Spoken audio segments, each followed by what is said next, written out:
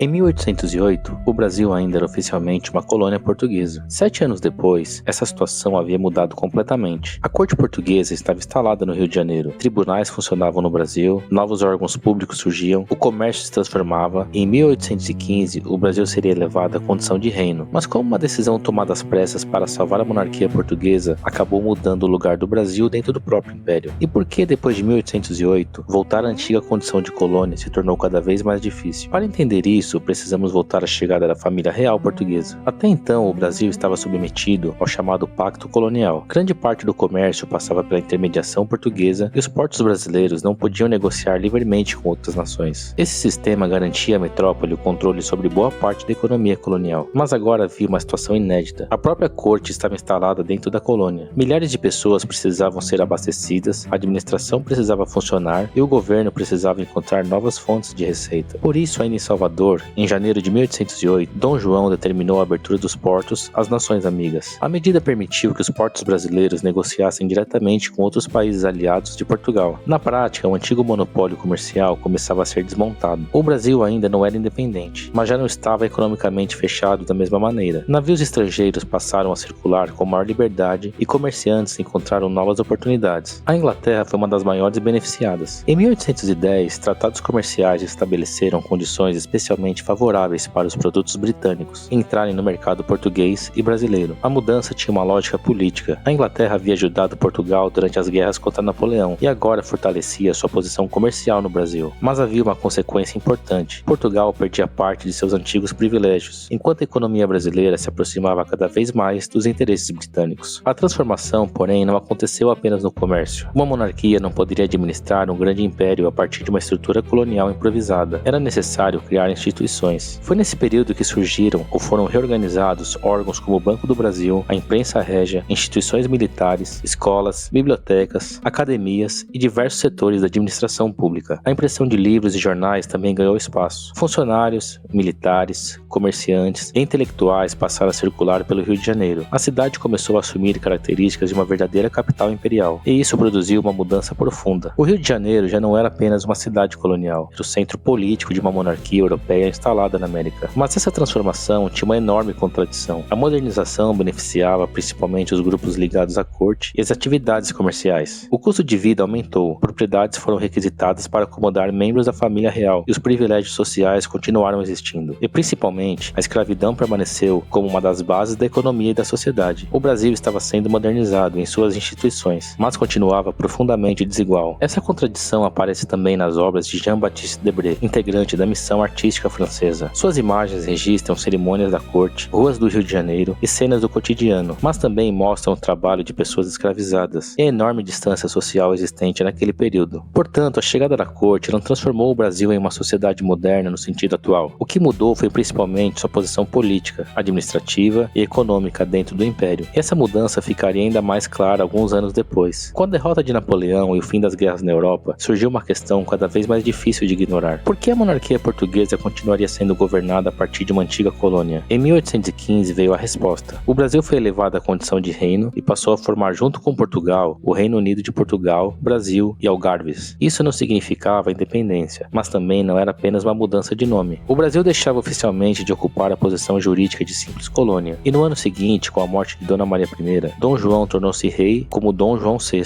A transformação também alcançou a política externa. Em 1816, tropas luso-brasileiras invadiram a Banda Oriental, região que corresponde em grande parte ao atual Uruguai. O território seria posteriormente incorporado ao Reino Unido como província cisplatina. Isso mostra que o Brasil havia se tornado não apenas o local onde a corte estava instalada, mas uma verdadeira base política e militar da monarquia portuguesa na América. E aqui está a consequência mais importante. A corte havia vindo para o Brasil para preservar a monarquia, mas, ao se instalar aqui, criou novas instituições, abriu os portos, transferiu o centro político do império e elevou o Brasil à condição de reino. Ou seja, a mesma decisão tomada para salvar Portugal acabou fortalecendo o Brasil. Depois de tantos anos de mudanças, seria muito difícil simplesmente voltar ao antigo sistema colonial. E foi justamente aí que surgiu o problema. Em Portugal, uma revolução exigiria o retorno de Dom João VI e a recuperação da importância política de Lisboa. Quando as cortes portuguesas tentaram reorganizar novamente as relações entre Portugal e Brasil, o conflito chegou a um ponto decisivo. O que havia começado como uma tentativa de salvar a monarquia portuguesa acabaria criando as condições para a separação política do Brasil. Como essa disputa entre Rio de Janeiro e Lisboa levou o caminho da independência. Essa é a história do próximo capítulo. Se esse vídeo te ensinou algo novo, compartilhe com quem gosta de história e inscreva-se no canal História Além da Ideologia.